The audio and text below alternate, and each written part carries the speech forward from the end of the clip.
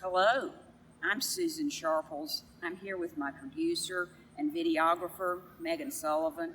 She's the director of the Stanly County Historical Museum, and we are here to welcome you to what we're calling the Stanly County Ghost Project. What we want to share with you now is one that begins in a little town up north of Albemarle called New London, but it ends in a very familiar place in Albemarle itself. You may recognize this as the back of Stanly County Family YMCA. The story begins on October 31st, 1925. Yes, it's Halloween night. There was an old fella named R.L. Watkins who was the night watchman at an ice plant. Now, everybody called him Dad because in those days that was a term used for elderly black men. Now, Dad Watkins was well known, well respected, and everybody knew him by sight. In exchange for keeping his mule in a stable there in New London, he would go in just before his shift at the ice plant and see to the horses that they were all stable.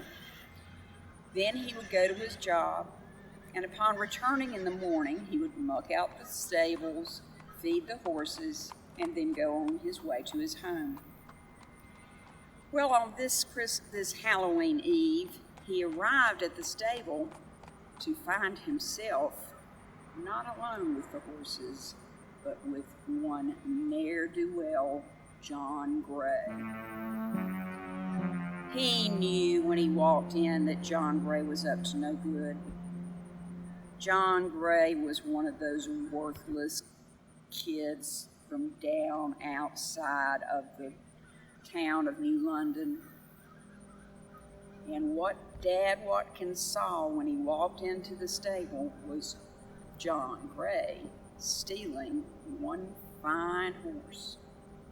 Now, we all know that horse thieves are lower than low. And John Gray knew he had been caught in the act. He also knew that it didn't matter that Dad Watkins was the one that caught him, because everybody was going to believe him. So he saw that he had nothing to do except kill him. And he did, with a pitchfork that he found in the stable. But then, in his drunken state of mind, John Gray thought, this isn't enough. I need to get rid of the body. But he's just a bit heavy to be riding two on my horse. I know what I'll do. I'll just take parts of him. So he set about dismembering the body. He put the body parts into burlap sacks that he found in the stable. He threw the bags across the horse that he was stealing and left the torso in the barn. Then, as he left, he set fire to the barn. Well, John and his stolen horse traveled off toward Albemarle, but he hadn't gone too far before he realized he was going to need help in this endeavor.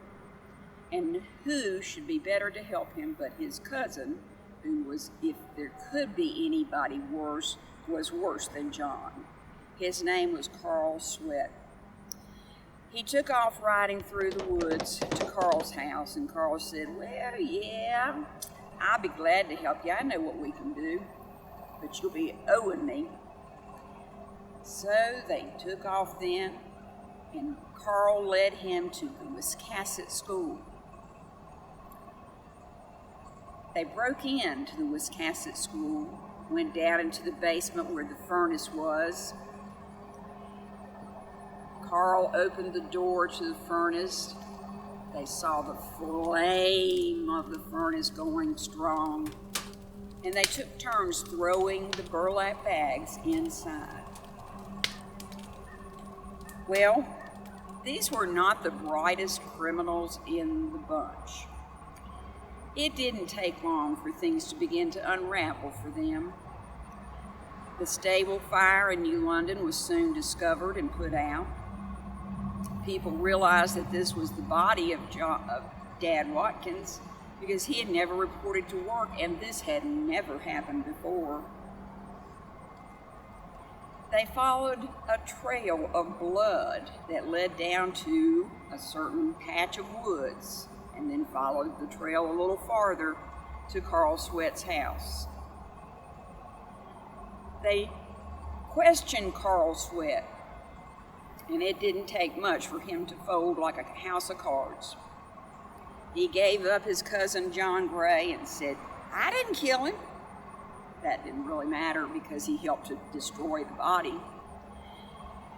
John Gray and Carl Sweat were arrested, tried, and convicted, and that should be the end of the story.